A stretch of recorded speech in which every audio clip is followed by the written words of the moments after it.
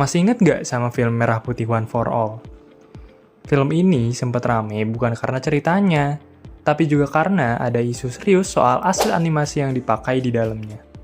Ternyata ada dugaan kalau aset itu belum dibayar, sampai akhirnya pemilik aslinya speak up di media sosial dan nuntut haknya. Kasus ini jadi salah satu contoh nyata di mana satu hal yang kelihatan kecil bisa bikin geger kalau urusan legalitas dalam audiovisual diabaikan. Legalitas sendiri sebenarnya jadi fondasi penting buat semua karya kreatif.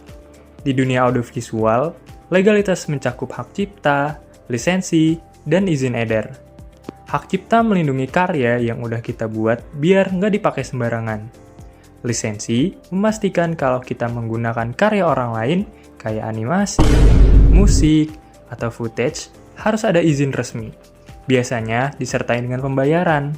Lalu, izin edar dibutuhkan supaya sebuah film atau konten bisa tayang secara sah di bioskop maupun platform digital. Tanpa legalitas yang jelas, karya kita rawan ditarik, dibajak, atau bahkan jadi bahan tuntutan hukum. Kenapa hal ini sepenting itu? Karena legalitas bukan cuma melindungi karya dari plagiarisme, tapi juga menjamin hak finansial buat para kreatornya. Bayaran, royalti, sampai nama baik seorang kreator semuanya dipertaruhkan. Selain itu, legalitas juga bikin reputasi tim produksi lebih profesional. Industri kreatif pada akhirnya akan selalu menghargai karya yang rapi dan sah secara hukum. Jadi, kalau ada yang mikir legalitas itu ribet, sebenarnya justru ini adalah investasi jangka panjang biar karya kita bisa aman, dihargai, dan punya peluang lebih besar untuk berkembang. Balik lagi ke kasus Merah Putih One for All.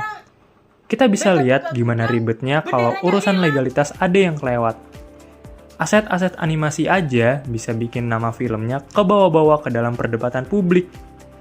Hal ini nunjukin kalau detail kecil terkait hak cipta bisa berdampak besar banget ke keseluruhan karya. Berhenti, jangan lanjut. Jadi, ingat ya teman-teman, bikin karya audiovisual itu emang harus kreatif. Tapi, jangan lupa juga harus legal. Karena pada akhirnya, karya yang legal itu bukan cuma aman dari masalah, tapi juga lebih dihargai, baik oleh penonton maupun oleh industri.